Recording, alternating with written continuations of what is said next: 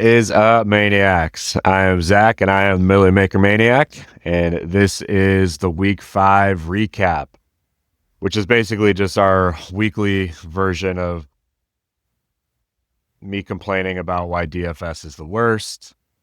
We were right on so many things last week. I don't think I've ever been more confident in a slate. It was looking really good in the morning, and then the afternoon games just very much did not go the way that we wanted them to go. So that is part of it. But I think a lot of the philosophies that we're employing, we're going to see are successful philosophies, and eventually we will bank one. We were just a little off on the offenses that we needed to attack this week. We'll dive more into that.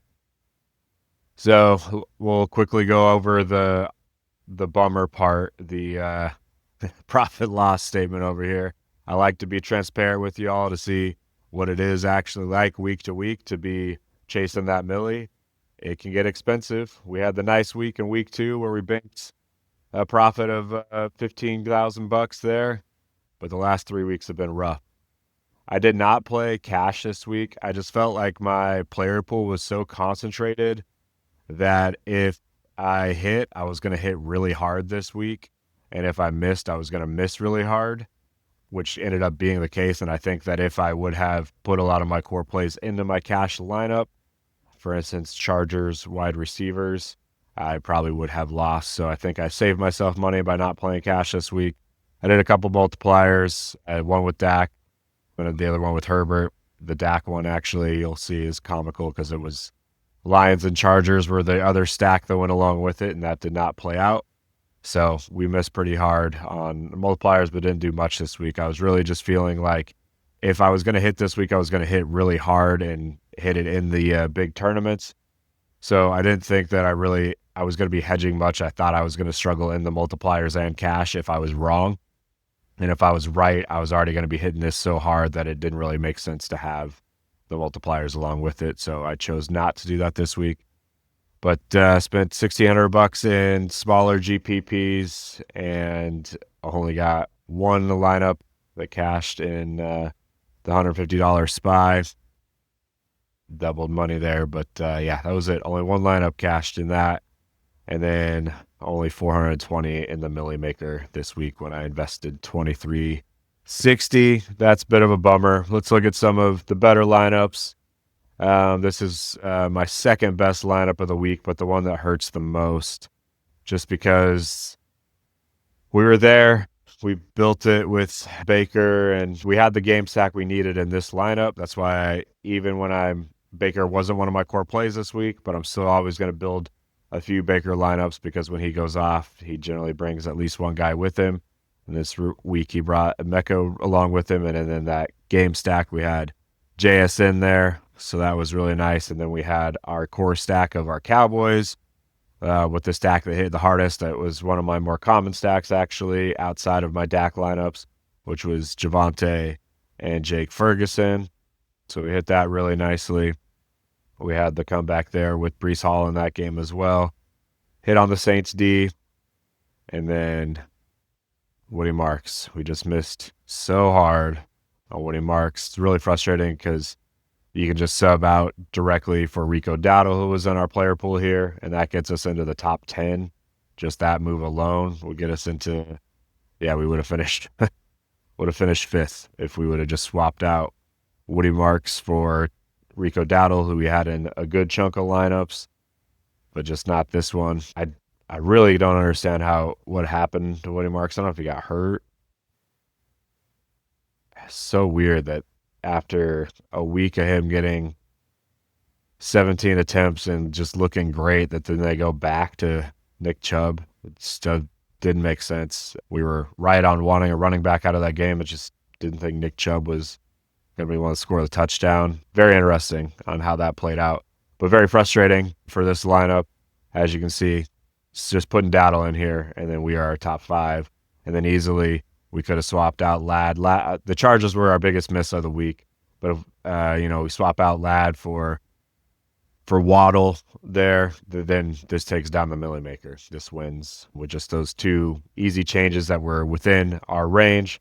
So it's frustrating to see how close we were, but didn't quite get it done. Let's go to our other lineups here. This one is a pretty solid one. Dak, Javonte, Ferguson, which was the best Dallas stack that you could have had. And then we had the comeback with Breece Hall there, so that was all solid. And then we did have Rico in this lineup. I was right around 18% on mine as well, so I was right about the field with Rico. A little bit of a bummer that obviously would have loved to have a lot more Rico than I had Woody Marks, but that's all right. We still had a good chunk of him, had plenty of shots there. But again, missed on the Lions. Amon-Ra was the second best option, but he wasn't at his price. He was not a good play this week. Yeah, and the Chargers, we just missed hard on that. So if we go and we talk about what my philosophy was coming into the week was I was going to be heavy on the Cowboys. I was going to be heavy on the Colts. I was going to be heavy on the Chargers. I was going to be heavy on the Lions. And the thing about the Lions one was like we hit on all those offenses except for the Chargers, right? Like the Colts, they scored, I can't remember the score, but they scored a ton of points. I think it was 40-something.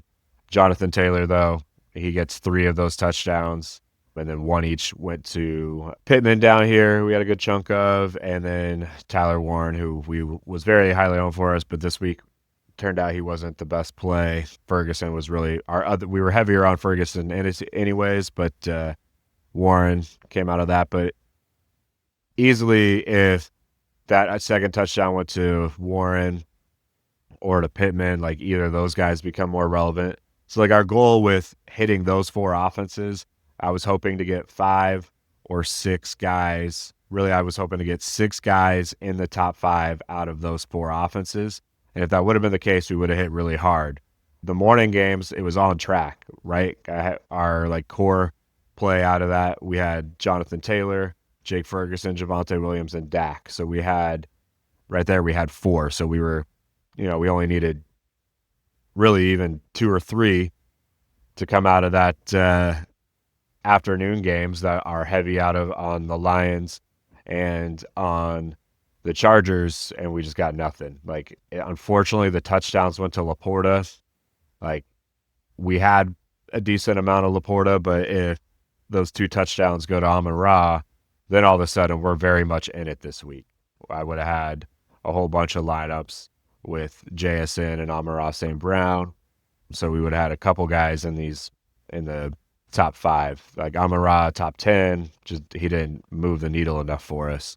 So it being Laporta is a bummer. And then like we knew Montgomery, there's a good chance of them wanting to play into the narrative of him playing in his hometown and playing in front of his sister.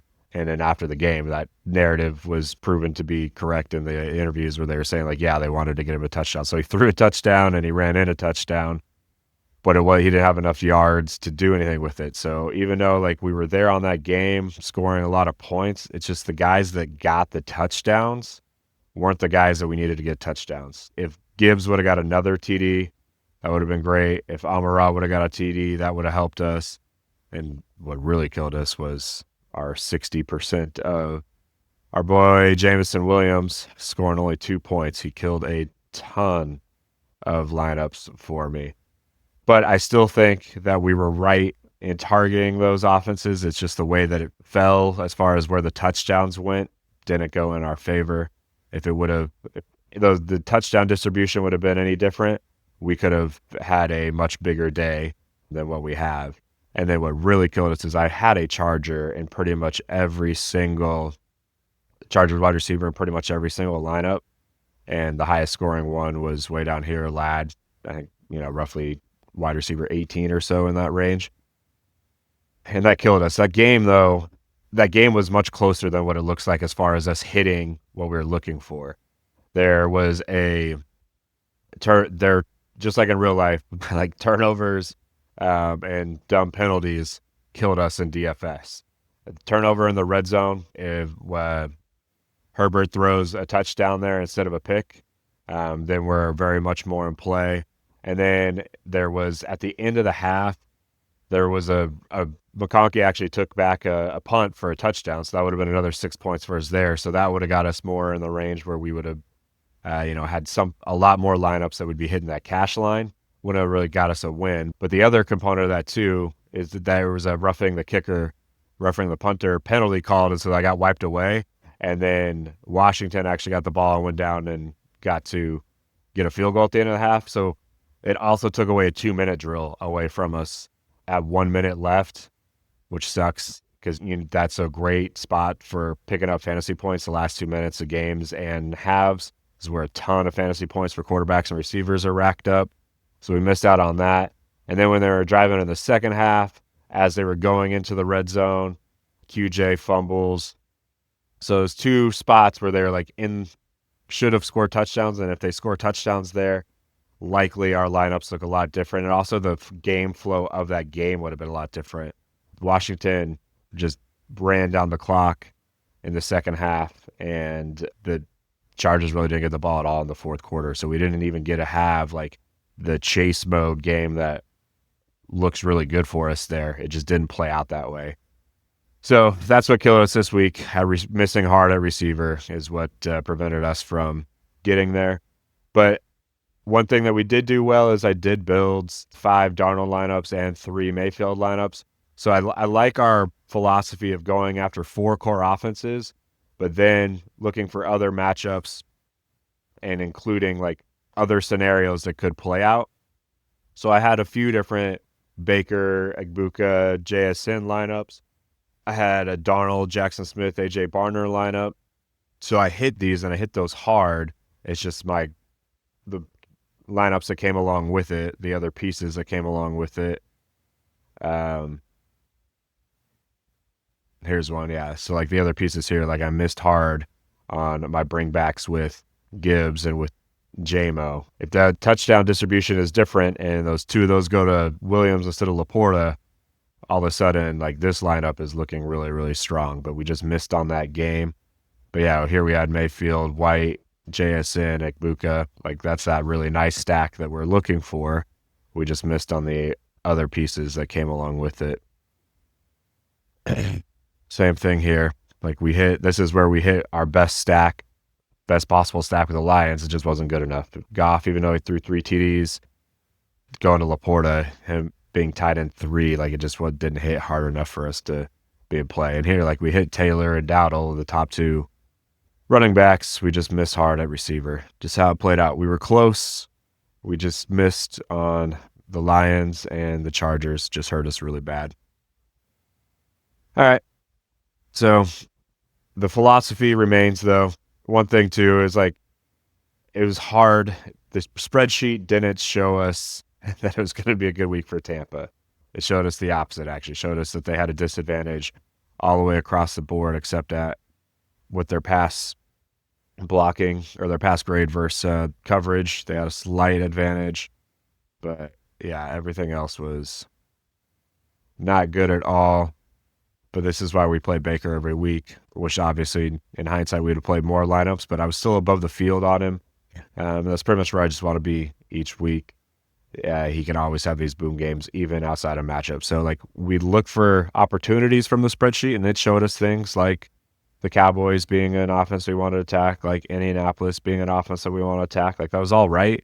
And same thing, like, I mean, we missed on the Chargers, but that game flow, just a few things changed how that played out. Like, I think if we play this slate 100 times, like the majority of the time, I think there's 2 Chargers that are in the top 5 at their position and probably at wide receiver that come out of this game. And Herbert is probably also a top 5 quarterback 75% of the time if we play that slate.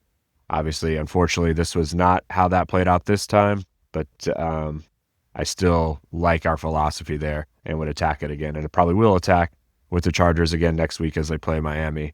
But Detroit, we were all over it. Like they scored 5 touchdowns on offense, which is what we were looking for. Just the touchdown distribution just didn't go in our favor.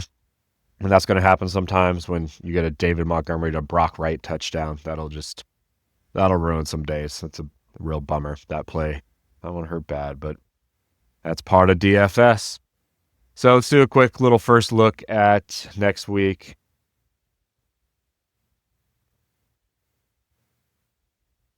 This week we know it is stone cold lock of the week. We are taking down the Milly in week 6. I know we said it in week 5, but we meant week 6. So quickly at quarterback, Baker playing San Francisco. Obviously, we're always going to play Baker. I don't know it'll be a great spot for them, but we'll probably be in the 5 lineup range for Baker again. Dak will be a smash spot for us again against Carolina. I don't think we'll see CeeDee Lamb yet, so we'll probably go back to the well with Pickens and Ferguson and whoever Flournoy is. I don't know where the hell that guy came from. I had some Tolbert shares, but I didn't have any Flournoy, so I don't know where the hell he came from this week to go for over 100 yards. Stafford against Baltimore. That one's going to be intriguing. We'll have to find ways to get creative with a stack because I'm assuming that Puka is very expensive. Yeah, $1,000 more than everybody. So we'll have to come up with how we'll play that. It'll be interesting. But going right back to Herbert against Miami. Give me that all day. Packers against the Bengals. We'll definitely be playing pieces of the Packers there. We'll see. We'll have to see how we attack the receivers. It's kind of hard to attack their passing game just because it's so spread out, and sometimes that can prevent the big games from coming out of there. But we'll see. We'll see how we attack that. We'll want some version of the Packers. Maybe we'll just be going through Josh Jacobs. Daniel Jones against Arizona. We'll have him in our player pool again. We played a lot of Jones this week, but it was one of those scenarios where he played really well. They moved the ball really well, so that part of our matchup data showed out. He just didn't have a good fantasy day because Jonathan Taylor had 3 rushing touchdowns, and then they had actually I think Goodson got a 4th rushing touchdown, so killed a big fantasy day for him, but they had a successful day just as an offense. Drake May against New Orleans, we'll definitely be interested in that. Kyler, I think a lot of people are going to be off Kyler after another down week, but this kind of looks like, to me, the type of scenario when Kyler likes to go off, when everybody's kind of down and out on him and they're in an underdog situation in a dome. I like seeing him do some of his video game stuff next week. So he'll be in the player pool. I don't know how much. He didn't help us out this week. We built 8 lineups with him. It'll probably be in that range again for me. Build 8, and if he goes off, he's easy to stack. So with 8 lineups, you can really have either the single stack or the double stack that you have to have with Murray. You'll have multiple lineups built with that stack. So I think no more than 8 with Kyler is generally a good rule of thumb because it doesn't take many to get some diversity among those main stacks. If Mac plays, we'll be interested there. If Purdy plays, it doesn't sound like he's going to, so it'll probably be Mac Jones. Tua would be interested in. Darnold will be interested in for sure. So it might be a little bit more spaced out week at quarterback this week. Running back, 3 expensive guys that we'll have to decide if there's better values to attack down here that we go after and just try to fade the expensive guys having the huge outlier week and just having solid weeks. So we'll look at that as we get more into the week and get some of the matchup stats.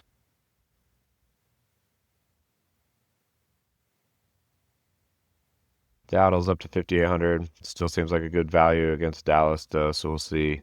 Chuba's out. Would still be interesting going there. Not seeing anything else really exciting down here.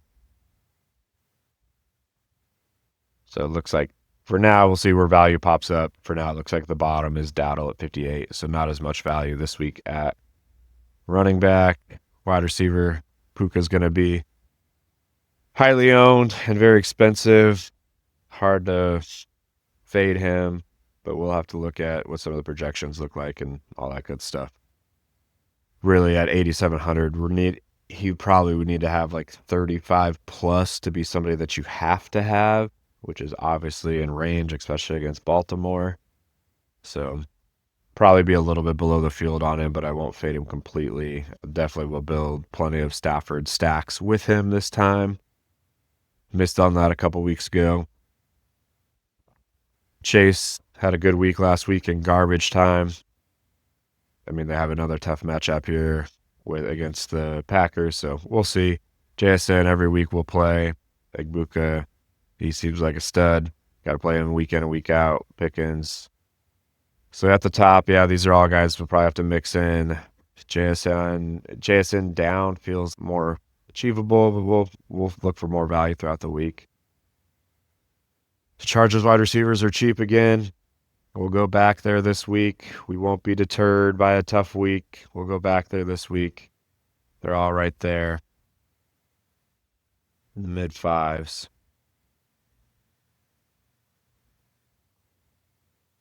Tight ends. Yeah, go back to Ferguson for sure. Go back to Warren for sure. Kraft will be a common clip this week. What did Henry do last night? 6.6. We'll keep Henry in the player pool as well. Waller looked good. Have to mix him in as well. So it looks like there's a good range right in there. Defense, we'll just have to look at matchups. We're really get into that. All right, my friends. Well, we'll dig into the matchup data tomorrow once all the grades come out, and I'll get the spreadsheet created. We're going after week 6, tough week 5, but the philosophy, the strategy is there. We're just a few adjustments here and there away from taking down that Milly. This is the week. Appreciate y'all watching. We will see you later on in the week with my game-by-game breakdown. Thanks, my friends. Have a great day.